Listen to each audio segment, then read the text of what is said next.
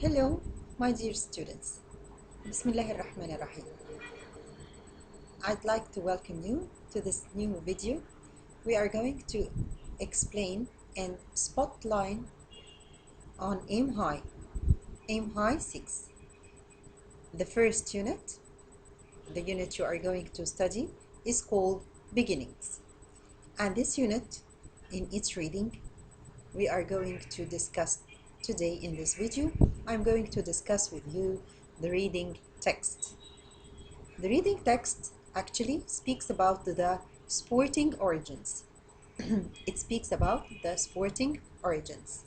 We chose for you 3 sports in this text. Rugby, number 1, rugby. Number 2, basketball. Number 3, baseball. Okay, the text number A is called a public school product. My dear students, if you have your books, you can open the books with me and listen to my explanation.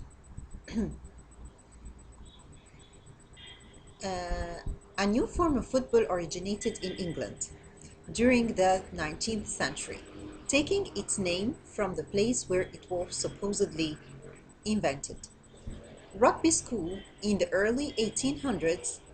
Football was played throughout England and in many other countries too, but there were no standard rules. So the setting we have is England in the early 19th century, in the 1800s, and the place definitely is the rugby school. Rugby school was, or England as a whole, the football was played there in England as a whole, but without specific rules. Now let's go closer to this place, to the rugby school, and see what happened there. There were no standard rules in most versions of the game. Yani he says that the football game, wasn't played at that time with specific rules. The rules of the game did not take its shape that we know nowadays. The football at that time didn't have a specific rule or specific regulations or laws. For example, the ball could be caught as well as kicked. Players at that time, they could catch the ball or kick the ball. Kick the ball as nowadays, but at that time they could catch it also. However, listen to that. Running with the ball was largely outlawed. Running with the ball was largely outlawed. It was not permitted. Outlawed. So you see, outlawed is going to be one of the words you will study as a vocabulary, but when we come to the vocabulary part, we are going to discuss it. Now I want you to concentrate in the text itself, in the reading part, so as to understand the origin of rugby. Well, let's resume. Legend has it, the legend says that in 1823, a student at rugby school called William Webb Ellis. A student at rugby school called William Webb Ellis. What did that young man at that time do? What did he do? He picked up the ball during a football match and ran with it towards the opposing goal line. Do you understand? He picked up the ball, he ran with it towards the opposing goal line. This illegal action caused a permanent change in the rules of the game. So this action at that time was outlawed or illegal. But from that situation that young man did, that made a permanent change in the rules of the game. Or so the story goes. And from that day onwards, rugby school played its own version of football, which became known as rugby football from that day onwards, rugby was played as a separate kind of game, not like the football, the usual football, you know. The more familiar kind of football is officially known as association football to distinguish it from rugby football. So, what did the footballers do at that time? They established an association for what? For the football, for the usual kind of football, so as to separate it, so as to distinguish it from the rugby. So this is something, this is another. Rugby is like a special kind of version, a special version played with its own version. It differs than the football itself, and that's why there was an association established for football. Okay.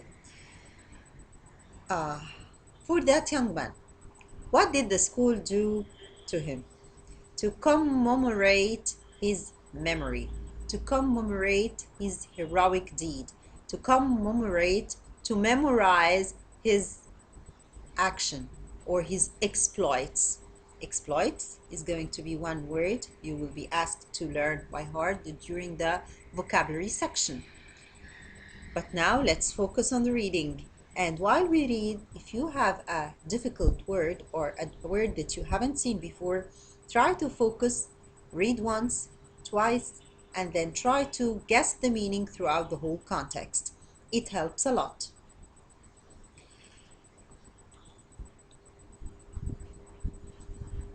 To this day, there is an inscription at Rugby School celebrating William Webb Ellis and his actions.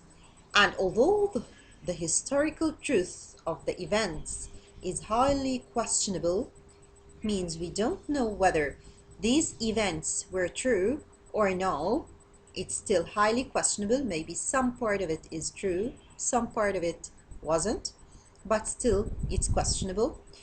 The story endures. The plaque reads, the plaque under the inscription reads, what does it read? It reads so. You can listen to that. The stone commemorates, the stone commemorates the exploit of William Webb Ellis, who, with a fine disregard for the rules of football as played in his time, first took the ball in his arms and ran with it, thus originating a distinctive feature of the rugby game, thus inventing a distinctive feature of the rugby game. Distinctive means special, played on its own version, not like the football. So, did you understand the first part? Okay, if we want to resume or summarize what we have read, first, the setting is in England in the 19th century, in the year 1823, in Rugby School. A student at that time called William Webb Ellis, definitely different from the rules of football at that time. He caught the ball, caught it in his arm, ran with it towards the opposing goal line, which was illegal at that time.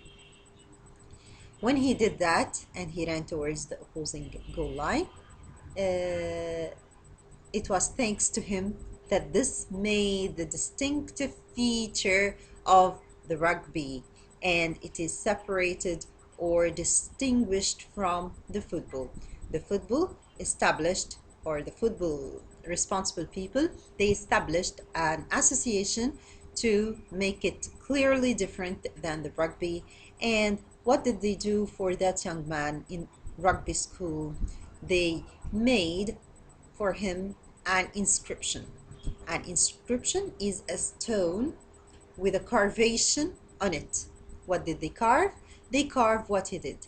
That at the specific time, he took the ball in his arm, ran towards the opposing goal line, and by that created a new version of the football, and then it was called the rugby football. So rugby was a school for football. Normally, its origin, it was just a school for playing football, but the football was without any kind of rules at that time. He was commemorated for his exploits, for his heroic deeds, and that was it. Thank you, my dear students, and we will meet again in the next part of the reading. Thank you so much. Goodbye.